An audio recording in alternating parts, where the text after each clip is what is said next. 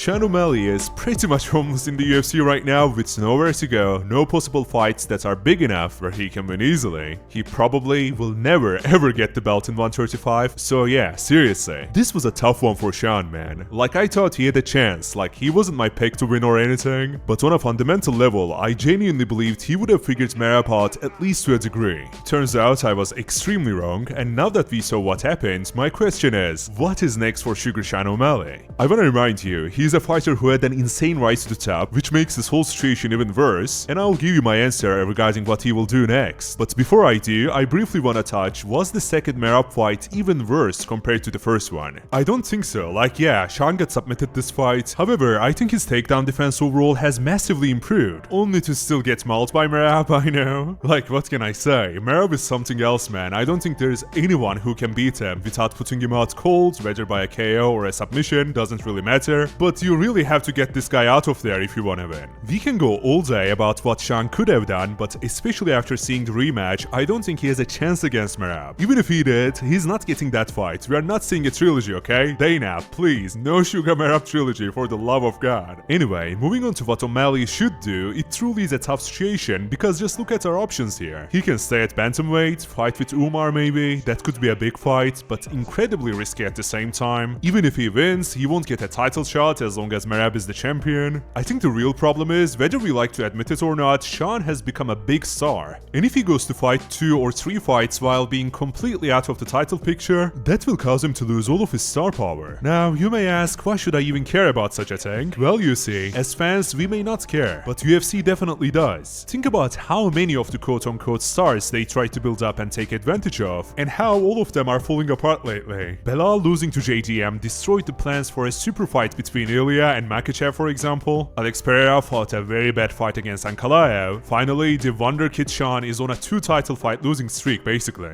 Oh, how could I forget? The heavyweight division is also a mess, with John Jones flat out refusing to fight. For some reason, UFC lets him do that, so overall, things aren't looking that great, is what I'm trying to say. Now, Dana can turn back in time and make Sean win the title fights he lost, yet I'm guessing he will try his absolute best to give Sean the best possible road to reach back to highest highs. Let's take a look at what we have, okay? If, and this is a big if, Sean goes to 145, there is no way for him to get a title shot against Volk right away. So if he gets a top 5, top 10 opponent, I'm thinking while some of them are nightmare matchups, I would say he wins against most of them. There's a big money fight just outside of the top 10 versus John Silva, but I think that would be too tricky for Sean on a bounce back fight, you know? So let me tell you what else we got. We have a Yair Rodriguez fight, which could be interesting, but that dude thinks he deserves a title shot right now after beating a 40-year-old Pitbull. Yeah, that's off the table. We have the Aljo rematch. I'm assuming most people definitely don't want to see that. Looking at all the other options, Mozart is too wrestling heavy, so that leaves Diego Lopez, Yair, Arnold Allen, even the featherweight Leon Edwards, Lerone Murphy. I don't know, like technically most of these can work, but it's a delicate balance between what sells and what Sean can win. Cause imagine if he loses the first fight after he goes up. The main reason why I'm not completely sold on a move up for Sean is the fact that the matchups are still hell, okay? And also, if he goes up, he's never coming back down. One very sold argument against O'Malley moving up is what if Merab moves up too? Like, that would be the funniest thing, you know?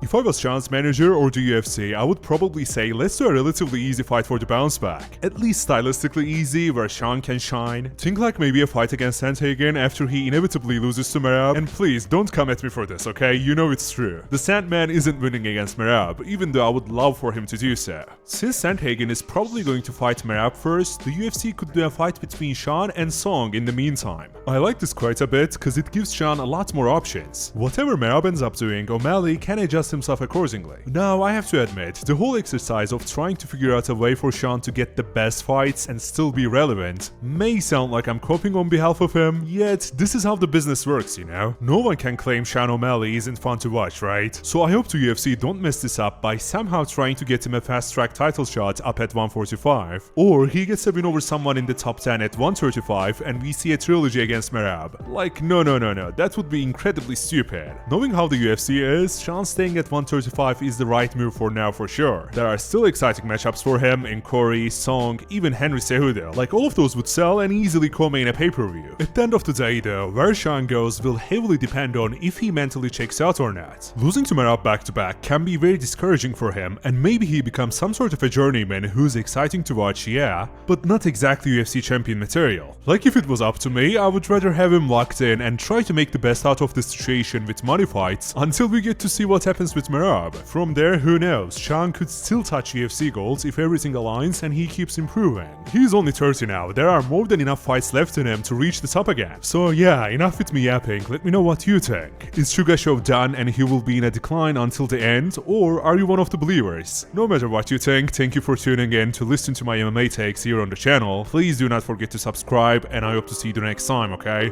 Cheers.